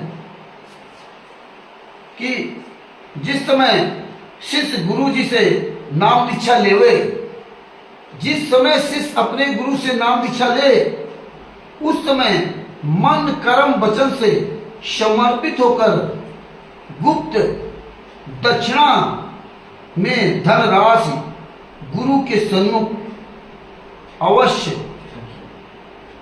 रखे। कुछ दक्षिणा में धनराशि गुरु के सन्मुख अवश्य रखे। ये विधि बताई है कि जब भी आप अपने गुरु से नाम दीक्षा लो, तो पहले बात तो आपके अंदर ये अधीनी भाव होना चाहिए, और फिर नाम दीक्षा लेते समय गुरु के सन्मुख आपको गुरु दीक्षा जब लेते हो तो आपको उसकी प्रतिदिन में दक्षिणा कुछ जरूर देना चाहिए। आप टीवी के सामने नाम दीक्षा, और आप टीवी के सामने नाम दीक्षा ली हो या डायरेक्ट गुरु के सामने नाम दीक्षा लिया हो, अगर आप इस विधि के अनुसार न नाम दीक्षा लिया और ना गुरु बनाया, तो चाहे आप डायरेक्ट नाम दीक्षा लिए हो तब भी आपका वो सफल नहीं होगा। क्योंकि अब आप कहोगे वो परमात्मा जानते सारनाम शाश्वत प्रथम मंत्र वो दे दिया, तो सारनाम तो कमाल को भी दे दिया था, कमाल को भी दे दिया था। परमात्मा ने कहा कि जब नहीं मानता कला ले जा, नहीं मानता जा, कहाँ तो वो नहीं, हाँ बताया, हाँ, तो ये अपनी मनमुखी बात न बनाओ। जब इसमें स्वयं संतरामपाल जी महाराज में पढ़वाते हैं, स्वयं कबीर साहब ने लिखा, तो आप अपनी मनमुखी बात क्यों बनाते हो? फिर आप तिमिर पवन तक मैनेजमेंट आदियात के चक्कर में उनकी अपनी व्यक्तिगत बनाई बातों पे आप क्यों प्यार देते हो? फिर क्या लिखा? दक्षिणा अच्छे दिल से देवे, अर्थात कुछ दान अवश्य करे। इस अमृत वाणी में परमेश्वर कबीर जी ने गुरु पद पर विराजमान अपने कृपा पात्र संत को नसीहत शिक्षा दी है कि जिस समय दीक्षार्थी में उपरोक्त श्रद्धा दिखाई दे, उपरोक्त श्रद्धा दिखाई दे, नरसिंह जी की तरह, इब्राहिम सुल्तान आदम जी की तरह, मीरा जी की तरह, धरी धर्मदास जी की तरह, सदना जी की तरह, आदि आदि उनकी तरह जब उनके अंदर श्रद्धा दिखाई दे, तब उसको गुप्त मंत्र अर्थात सतनाम, तब उसको सतनाम दे जो 2 अक्षर का है। ऐसे नहीं आओ ले सतनाम चले गए। और आज यही हाल है कि आपको जो सतनाम मिल रहे हैं ना, इसीलिए आपकी दशा खराब है कि आप कायरों की तरह डरे हुए हो। आपको लगता है मैंने मुझे मार देगा, मैंने ये कर देगा, मैंने वो कर देगा, उनके बाद लाखों करोड़ों के भीड़ है। तो धिक्कार है तुम्हें जो सतनाम की महिमा बताते परमात्मा कि काल ब्रह्म जब झपट्टा मारा था कबीर साहब पर, तो उन्होंने सतनाम का जाप किया तो कितनी दूर गया था। और आज आप सतनाम प्राप्त करके, शरनाम प्राप्त करके आप दूसरे के गुलाम बने हो और आप डरते हो। आज ये संगत कायर बनी, अपना अलग अलग मुखिया चुन लिया। तो आगे क्या लिखा? ये सब इसमें बताया। अंत में क्या किया ये सब आप खुद पढ़ें घर में तो पता चलेगा। अंत में कहा है, वाणी में बोला परमात्मा का, ऐसे शिष्य उपदेश ही पाई, ऐसे शिष्य उपदेश ही पाई, होए दिव्य दृष्ट पुरुष पे जाए।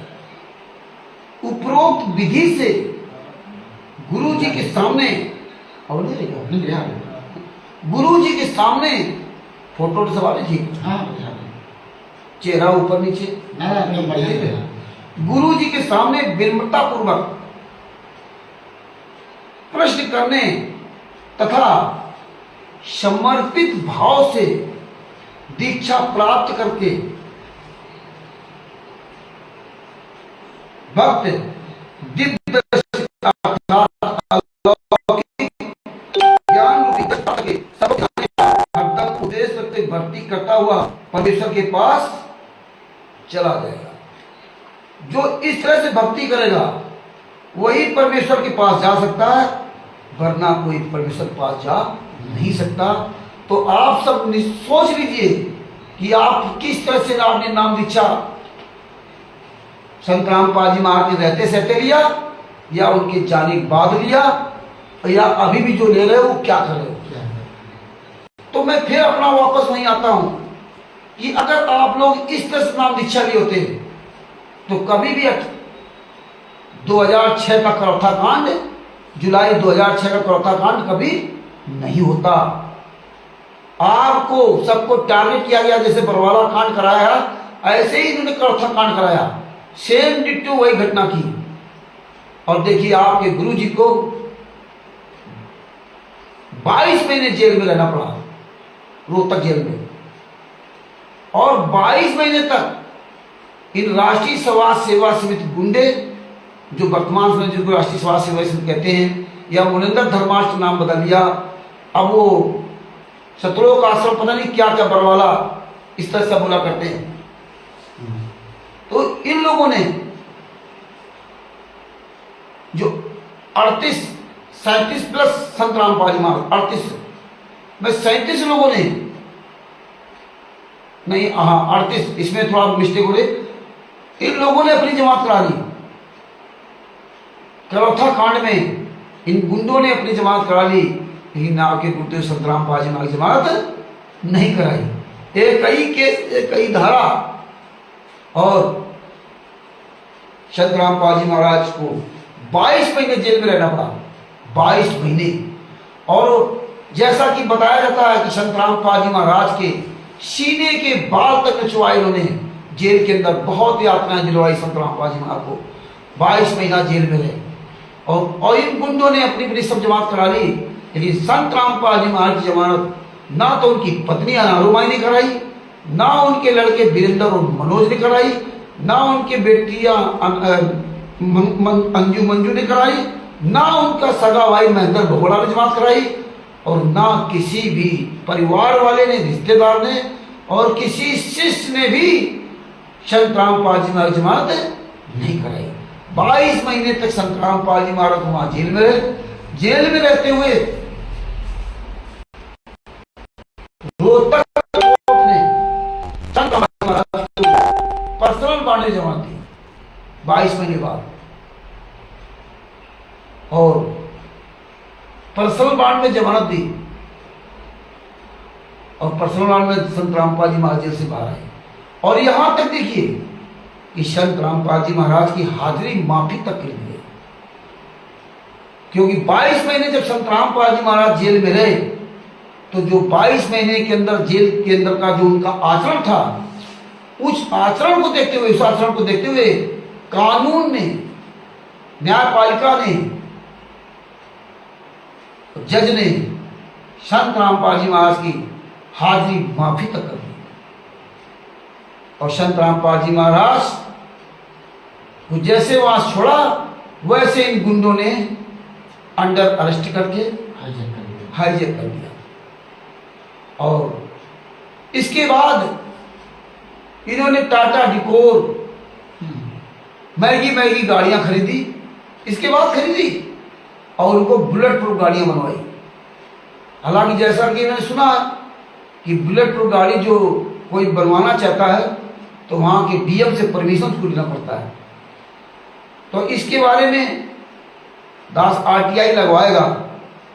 आज फिर मुझे वो टॉपिक याद आ गया, अलग गोपाल दास जी से मेरी बात हुई थी, इसके बारे में आरटीआई लगवाएंगे, जो हिसार में या रोहतक में, इस सब जगह लगवाएंगे तो पता चल जाएगा। तो 22 महीने बाद संत रामपाल जी महाराज जेल से बाहर आए और इन्होंने अपने अंडर अरेस्ट कर लिया। 2006 के पहले जैसा कि बताते संत रामपाल जी महाराज डायरेक्ट नाम दीक्षा देते थे। इसके बाद इन्होंने एक महिला के द्वारा नाम दीक्षा दिलवाना शुरू किया। टाइम कितना हो गया? नहीं, हमको बोलते हो कितना टाइम हो गया? तो 7 मिनट ना। हाँ, तो संत रामपाल जी महाराज जब जेल से बाहर आ गए, तब इन गुंडों ने कभी कहते थे कि वो महेंद्र को प्रथम मंत्र नाम देने का अधिकार गुरुजी ने दिया, कभी एक महिला के द्वारा नाम दीक्षा दिलवाई आश्रम के अंदर। लगभग 15-20 दिन एक महिला के द्वारा प्रक्रिया चली, नाम दीक्षा की प्रक्रिया चलाई, महिला के द्वारा नाम दीक्षा दिलवाई गई और आशीर्वाद संत रामपाल जी महाराज से दिलवाया जाता था। देखिए, वही है सतलोक आश्रम बरवाला। जिस सतलोक आश्रम बरवाला के अंदर राष्ट्रीय समाज सेवा समिति के गुंडे एक महिला द्वारा नाम दीक्षा दिलवा रहे थे और लगभग 20 दिन नाम दीक्षा दिलवाई थी, 15 से 20 दिन तक, जैसा कि हमारे सतगुरु संत रामपाल जी महाराज ने बताया। बंदी छोड़ सतगुरु संत रामपाल जी महाराज उन्होंने बताया लगभग 15 से 20 दिन तक एक महिला के द्वारा नाम दीक्षा दिलवाई जाती थी और आशीर्वाद संत रामपाल जी महाराज से दिलवाया जाता था। तो आप विचार कीजिए कि संत रामपाल जी महाराज जब आशीर्वाद दिलवाया जाता था तो संत रामपाल जी महाराज ने क्यों नहीं बताया कि यहाँ जो है एक महिला द्वारा नाम दीक्षा आप लेकर के आए हो और आपको हम आशीर्वाद नहीं देंगे। पहले ही दिन रोक देना चाहिए था, हम आशीर्वाद आपको नहीं देंगे। लेकिन परमात्मा ने कहा कि मुझे, जैसा कि 15-20 दिन बाद मुझे पता चला, एक जीव की तरह कहा कि मुझे पता चला कि महिला के द्वारा नाम दीक्षा दिलवाई जा रही और उनसे ये कहा था कि आशीर्वाद लेने जा रहे हो तो संत रामपाल जी महाराज को ये मत बताना कि एक महिला के द्वारा मुझे नाम दीक्षा दिलवाई गई है, अगर आप ये बताओगे तो गुरुजी नाराज हो जाएंगे। और यहां तक कहा कि इस महिला के ऊपर कबीर साहब आते हैं। क्या आते हैं? कबीर साहब आते हैं। संत रामपाल जी महाराज ने कहा इन मूर्खों ने भी बात स्वीकार कर ली। अगर कहा जब मैंने कोई आदेश नहीं दिया, सत्संग के माध्यम नहीं बताया, लिखित में नहीं बताया, किसी भी तरह बताया ही नहीं, क्योंकि ये जो गुरु पद का मार्ग है ये कोई आसान मार्ग नहीं है। और नहीं तो स्वामी रामदेव जी महाराज 6 साल के भगत को इतनी बड़ी जिम्मेदारी नहीं देते। आप भी जानते हो जो व्यक्ति काम में पुराना होता है वही काम करने वाला, उसको आप ज्यादा महत्व दोगे, नया काम करने वाले को आप महत्व नहीं दोगे क्योंकि उसको उतना नॉलेज नहीं है। लेकिन अगर नया व्यक्ति वो पुराने से हजारों गुना अच्छा काम कर रहा है तो फिर आप उस पुराने व्यक्ति का महत्व नहीं दोगे, आप नए व्यक्ति को आगे करोगे। तो वही चीज किया कि संत रामपाल जी ने बताया कि भैया ये इतना नाजुक मार्ग है, ये तलवार की धार पे चलने के समान है, और जरा से डिस्बैलेंस हुए तो तुरंत तुम्हारा सब खात्मा हो जाएगा। तो हम ऐसी गलती कैसे कर सकते? और जब हम गुरु हैं, जब मुझसे नाम आशीर्वाद लेने आ रहे हो तो मुझसे क्यों नहीं पूछा? यही प्रक्रिया डीवी द्वारा फर्जी नाम दीक्षा की चल रही थी। लेकिन ये बात जब संत रामपाल जी महाराज के नाम के मूर्ख शिष्यों को बताओ तब क्या कहेंगे? वो तो संत रामपाल जी महाराज तो आश्रम में थे, परमात्मा थे। आश्रम में जब थे तो आप ये भूल गए कि वो गन लेके चलते थे। क्यों चलते थे? संत रामपाल जी महाराज के पीछे स्टेन गन ले, पता नहीं कौन कौन सी गन लेके चलते थे। है कबीर साहब का भी गन लेके चलते थे क्या? अरे जिनके पास इतना तगड़ा प्रथम मंत्र हो, प्रथम मंत्र की तो बात छोड़ दीजिए, प्रहलाद जी को देख लीजिए, कौन सा उनके मंत्र था, उनके पास मंत्र था। परमात्मा का ज्ञान और काल का अनुबंध ही ज्ञान का है।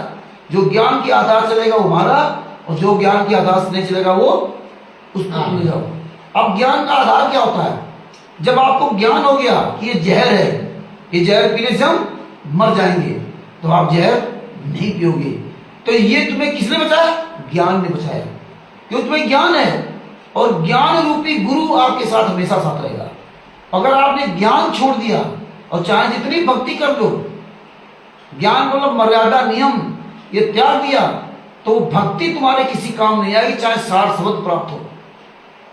परमात्मा ने यहां तक कहा कि आप अगर वो मानसरोवर में नहाने के बाद भी वहां पहुंच जाते हो और आपकी अगर आस्था यहाँ मृत लोग में किसी ऊपर लगी रही तो सारी तुम्हारी कमाई भक्ति सब बेकार, सार नाम सार सोती, फिर आपको लौट के आना पड़ेगा। तो इतना ही नाजुक मतलब रिश्ता है, इतनी ये नाजुक डोर है, इस नाजुक डोर में और हम आप अपना ही अहित कर बैठे। तो संत रामपाल जी ने बताया कि जब हम यहाँ हैं और फिर भी हमसे किसी ने पूछा, तो यही जब इनसे कहो कि भैया फर्जी नाम दीक्षा दे रही टीवी द्वारा, तो कहे वो तो आश्रम में गुरु जी थे, वो तो गुरु जी ने मुझे आशीर्वाद दिया था, गुरु जी ने ऐसा कहा था कि नाम शुद्ध करा लिया कर इन बातों को। लेकिन ये नहीं कहेंगे कि नहीं गुरु जी ने हाँ कहा था कि भाई नाम दीक्षा हमने इनको अधिकार दिया है। जब तक गुरु अधिकार आदेश ना दे तब तक हमें नहीं करना चाहिए। और जबकि आप जानते हो कि सर्वानंद जी को तो कबीर साहब ने लिख के दे दिया था कि भैया तू जीत गया, मैं हार गया, लेकिन उसको लिख के क्यों दिया था? ये बात आपको सोचना पड़ेगा। उसको लिख के इसलिए दिया था क्योंकि वो जगत का व्यक्ति था, वो भगत नहीं था, उसकी मां भक्तिन थी। और परमेश्वर जब शरण लेते हैं तो अपने आप को नीचा गिरा करके और जीव को ऊंचा करके तब अपनी शरण लेते हैं। तो यही होता है, यही मानता होती है अच्छे व्यक्ति की। ये भगवान वाले गुण उसके अंदर होते हैं। और ये कबीर साहब ने किया था कि उसको अपने आप को नीचा दिखा दिया कि तू जीत गया, मैं हार गया। वो जगत का व्यक्ति था और आप संत रामपाल जी महाराज के शिष्य हो, आपको नहीं कह सकते कि नहीं नहीं नहीं तू ऐसा कर ले वैसा कर ले। नहीं, क्यों? गुरु जब परीक्षा लेता ना तो तो स्वामी रामदेव जी महाराज की तरफ परीक्षा देता है। और फिर आप गुरु से कुछ पूछोगे तो वो कहते हाँ ठीक है जाओ ये करो। जैसे कि आपको एक मैं उदाहरण देना चाहता हूँ कि दास क्लास 6 में पढ़ता था और पढ़ने में थोड़ा तेज थे हम, लेकिन उसमें वो उम्र ऐसी होती है, और या यूं कहो कि लट्टू तोता थे। तो हमारे जो इतिहास के टीचर थे, ब्राह्मण थे, उन्होंने मुझसे सवाल किया और हमने तुरंत उत्तर दे दिया, क्योंकि क्लास में पूछे जाते थे तब क्वेश्चन याद करके लाना है, इतिहास, भूगोल, नागरिक शास्त्र जो भी है। तो दास को ये सब रटा हुआ था। तो जैसे उसने पूछा, हमारा नंबर आया और हम खड़े हुए, तुरंत अपना उत्तर हमने बता दिया। और जैसे हमने उत्तर बताया, हमने उत्तर सही बताया था, और हमारे जो टीचर थे गुरुजी, उन्होंने मुझसे कहा कि रामचंद्र जी तुम्हारा एक गलत जवाब। जैसे उन्होंने कहा तुम्हारा एक गलत जवाब, हमने तुरंत पलट के दूसरा उत्तर बता दिया। और जैसे ही दूसरा उत्तर बताया, वैसे हमारे जो टीचर थे उस क्लास में, उस समय क्लास 6 में था दास, तो 1987 में हाई स्कूल की एग्जाम दिया था। तो समझ लीजिए क्लास 6 में हम कौन सा सन होगा, 6 से 87 जोड़ लीजिए, 4 साल का अंतर, तो लगभग 85 नहीं 85 का है। हाँ, क्लास 6 से और हाई स्कूल 4 साल जोड़ लो, 87 भी थे ना। हाँ 87 में, हाँ तो 4 साल कम हो तो 83, 4 से 87, हाँ लगभग 1983 के आसपास बात है। हाँ 82 मान जो भी है। तो उस समय एग्जाम दिया था, और उस समय इतनी हमारे लोगों की बुद्धि प्रखर नहीं थी, गांव के हम लोग थे। और जब उसने कहा कि तुम्हारा ये गलत जवाब, और हमने दूसरा उत्तर बता दिया, तो मेरे टीचर ने मुझसे क्या कहा, जिसकी बात एक है उसका बाप एक, और जिसकी बात अनेक है उसके बाप अनेक। मेरी वो बात इतनी अंदर चुभ गई कि हम उस टीचर को दुश्मन की नजर देखते थे। क्यों? मुझे लगता था कि मुझे उस क्लास में सबके सामने, जिस क्लास में लगभग 30-40 बच्चे बैठे होंगे, उन सब के सामने मुझे दोगला साबित कर दिया। क्या कर दिया? दोगला साबित कर दिया। क्योंकि टीचर ने कहा था जिसकी बात एक है उसके बाप एक, और जिसकी बात अनेक है उसके बाप अनेक। लेकिन मैं बदले की आग में जलता रहा, और जब 1982-83 की बात से, उस समय से बदले की आग में जलते जलते जब शंकरामपाद जी महाराज की शरण में आया, तब दास को अपने टीचर के द्वारा 1982-83 में कही बात को मुझे बड़ा अच्छा लगा कि हमारे जो टीचर थे उन्होंने बहुत अच्छी बात मेरे लिए कही थी, बहुत अच्छी सीख दी थी कि अपनी बात पे हमेशा दृढ़ रहना, भले ही तुम्हारी बात गलत क्यों ना हो, अपने टीचर के द्वारा बताई बात पर याद दृढ़ रहना। और आप जब आंसर देना तो आपके अंदर ये विश्वास होना चाहिए कि मेरे गुरु ने मुझे यही पढ़ाया, भले ही चाहे आप गलत बोल रहे हो, लेकिन आपको कॉन्फिडेंस होना चाहिए। क्यों होना चाहिए? क्योंकि आप अगर आपको ये विश्वास कि मैं ये सवाल, ये क्वेश्चन यहाँ लिख रहा हूं और ये मेरे गुरु जी ने पढ़ाया, और आपने लिख दिया और वो जवाब गलत था, जब टीचर आपका जांच करेगा, गुरु जांच करेगा, तो जवाब गलत हुआ तो आप उसमें बेशक फेल हो जाओगे, क्योंकि आपने गलत लिखा। लेकिन आपको विश्वास था कि अपने यही टीचर ने पढ़ाया, लेकिन आपने पड़ोसी की नकल नहीं की। दूसरा आपका बगल का पड़ोसी बच्चा बता रहा कि नहीं भैया 2 मल्टीप्लाई 2 इक्वल 4 होता, आप लिख दो। आपने कहा नहीं हम तो 2 मल्टीप्लाई 2 इक्वल 5 लिखेंगे, मेरे गुरु ने बताया। बगल वाला दूसरा स्टूडेंट कह रहा नहीं तुम्हारा गलत जवाब है। तुम अपनी बात पर दृढ़ रहो, तुमने 2 मल्टीप्लाई 2 इक्वल 5 लिखा, तुम फेल हो गए, बेशक फेल हो गए, लेकिन तुम बैशाखी नहीं बने। तुम बगल वाले कहने पर 2 दूनी 5 2 दूनी 4 नहीं लिखा, तुमने अपनी बुद्धि से लिखा तो तुम्हारी कमी दूर होगी। अब तुम फेल हो गए, फिर एग्जाम दोगे। जब फिर एग्जाम दोगे तो आप अच्छे नंबरों से पास हो गए, आप किसी बैसाखी नहीं बने। इसलिए हमें किसी का बैसाखी नहीं बनना चाहिए था। जो सदगुरु होते हैं वो किसी का बैसाखी नहीं बनाते। आप जब क्लास में पढ़ते हो ना तो क्लास के में किसी के अंदर आपके लिए भाव नहीं आता। आप LKG लगा, इंटर, MA, BA, LLB जहां जो भी पढ़ाई की हो, लेकिन आपको टीचर के अलावा किसी को भाव नहीं आता। लेकिन यहाँ तो केवल आप उस टीचर की पढ़ाई से केवल 2 जून की रोटी कमाने के लिए आप उसकी बात पर पूरा विश्वास करते हो। लेकिन जहां से आपको शतलोक जाना हो, जहां आपको फ्री सुविधाएं मिलनी हो, जिनके ज्ञान से 84 लाख योनियों से आपको बचना हो, वहां आप क्या करते हो? अपने गुरु किनारे कर दे और ऐसे मूर्खों को अपना जो है आइडियोलॉजी बना लेते हो।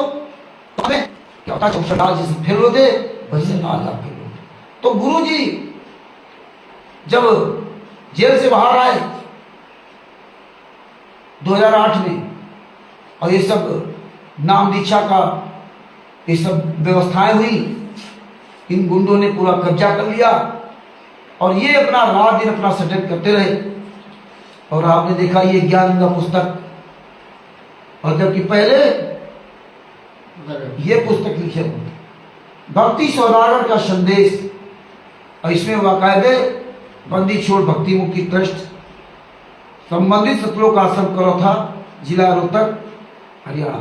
ये भक्ति सौदागर संदेश, ये पुस्तक को इन्होंने 2010 में या उसके पहले बंद कर दिया, और ये ज्ञान का पुस्तक फर्जी ज्ञान का पुस्तक है। इसमें कहीं कोई ट्रस्ट का नाम नहीं, किसी भी ट्रस्ट का नाम नहीं, किसी संस्था का नाम नहीं।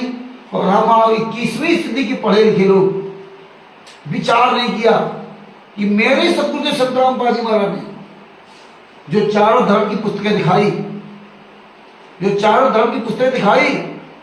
उन पुस्तकों में संत रामपाल जी महाराज सबसे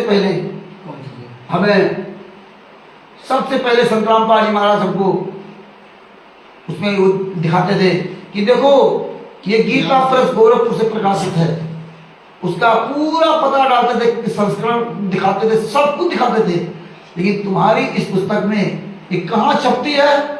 ना संस्करण है, ना ट्रस्ट का नाम है कहीं।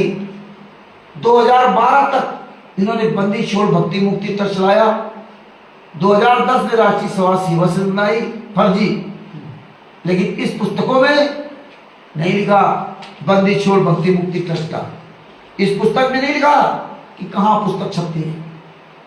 ये जो आज भी आप ये फर्जी पुस्तक को गले लगाकर पूरी दुनिया में प्रकटित कर रहे हो।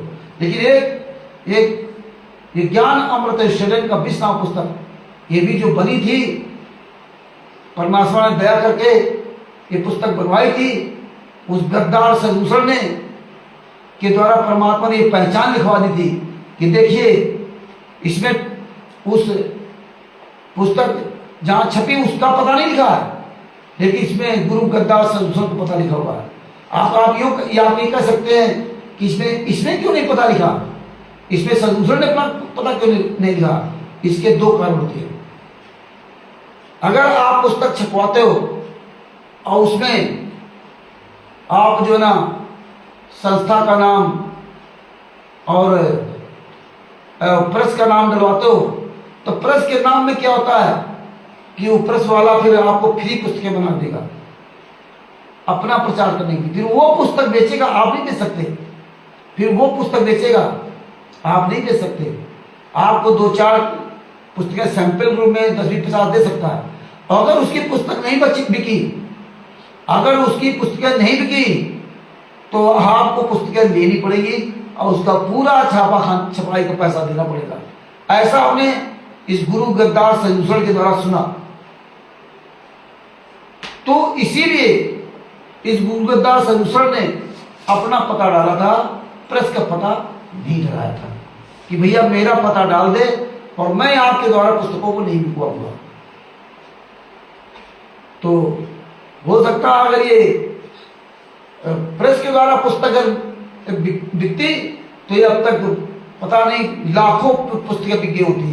लेकिन परमात्मा इस गुरु गद्दार सदूसों का ये चेहरा दिखाना था, ये कितना नीच इंसान है। ये 10,000 पुस्तकें भी 2 साल के अंदर बाहर नहीं जा पाई, जबकि हम परमेश्वर की वजह से हम लोगों ने इतना प्रचार प्रसार करवाया, क्योंकि ये पुस्तक देता ही नहीं था, इतना कमीना आदमी है। अब किसी भी तरह कोई ऐसा काम नहीं किया जिससे प्रचार होता। और अगर हम किसी संस्था के द्वारा, किसी प्रेस मीडिया के द्वारा पुस्तक छपवाए होते तो वो पूरी दुनिया के सामने लाखों पुस्तकें गई होती।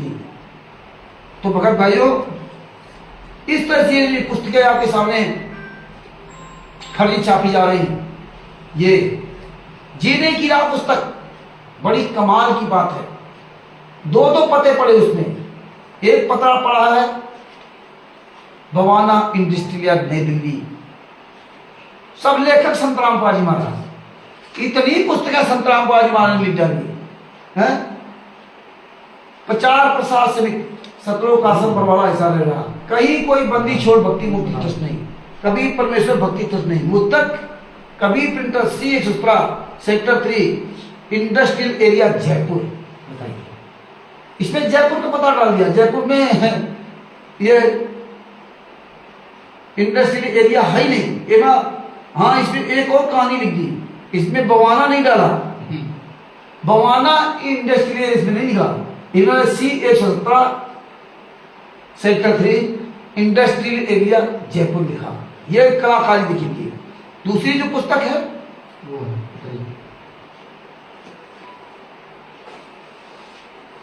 ये दूसरी पुस्तक है,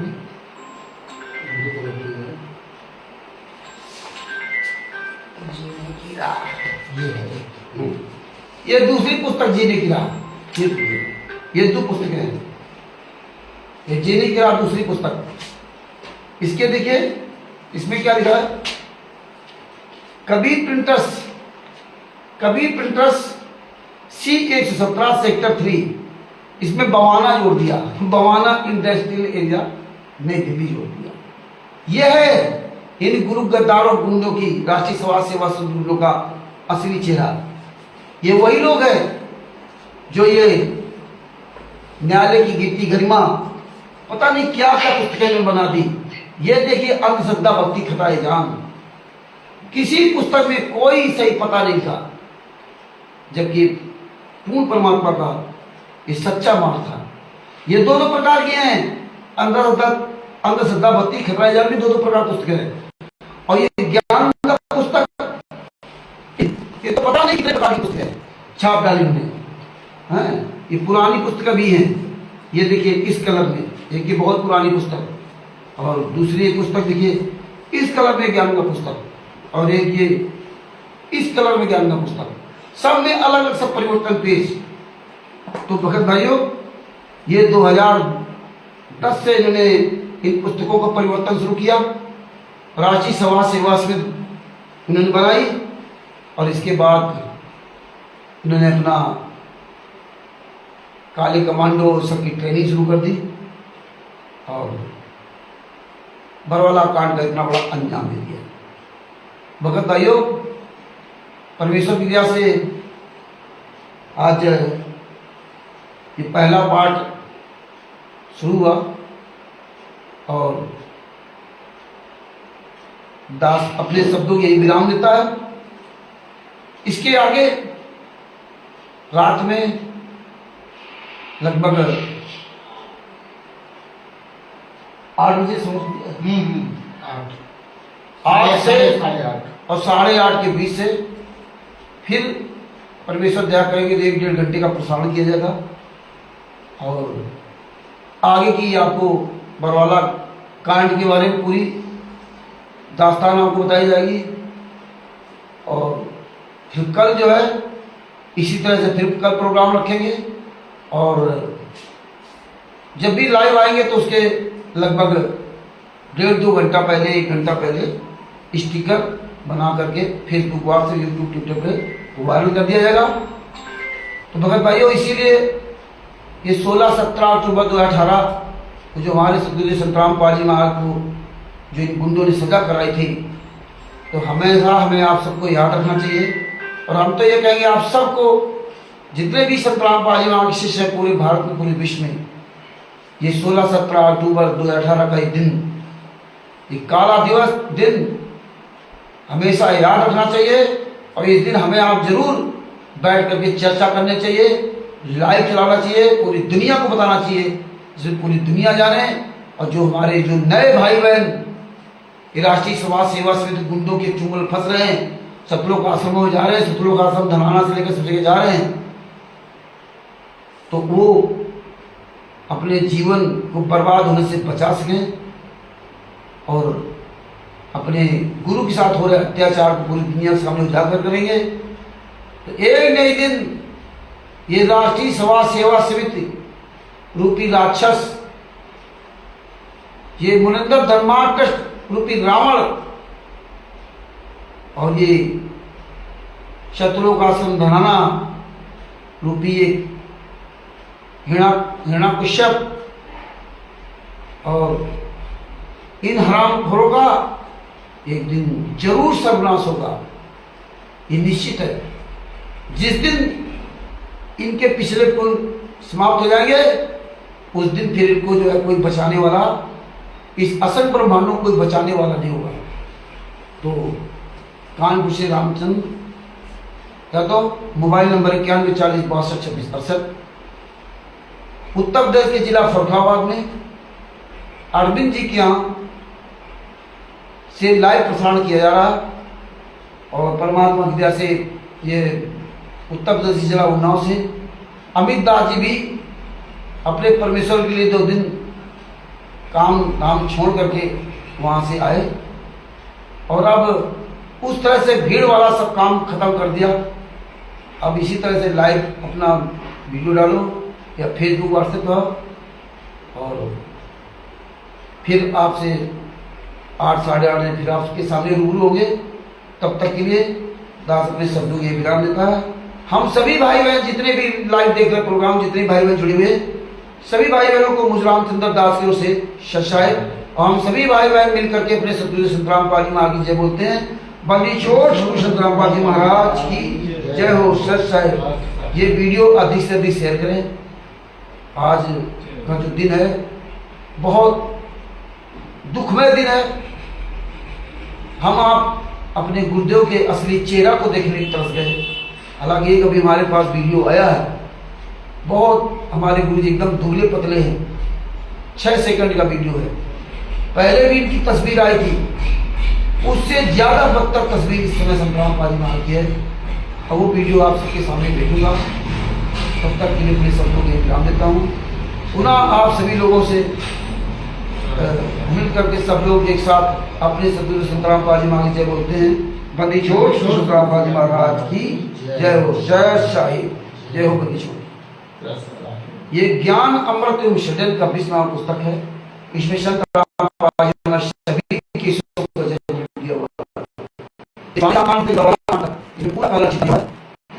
आप सभी भाई इस पुस्तक को अवश्य पढ़ें। बिहार के गुरु गद्दार संसलों की, इसका मोबाइल नंबर है 9931592093। उससे पुस्तक बाई पोस्ट मंगवाएं, डाकघर मंगवाएं। इस पुस्तक का उसको मूल्य नहीं देना है, केवल आपको डाक खर्च देना है। तो इस पुस्तक को मंगवाएं और पढ़ें।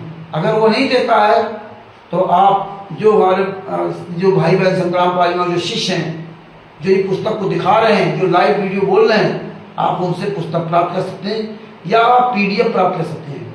212 पेज की PDF है।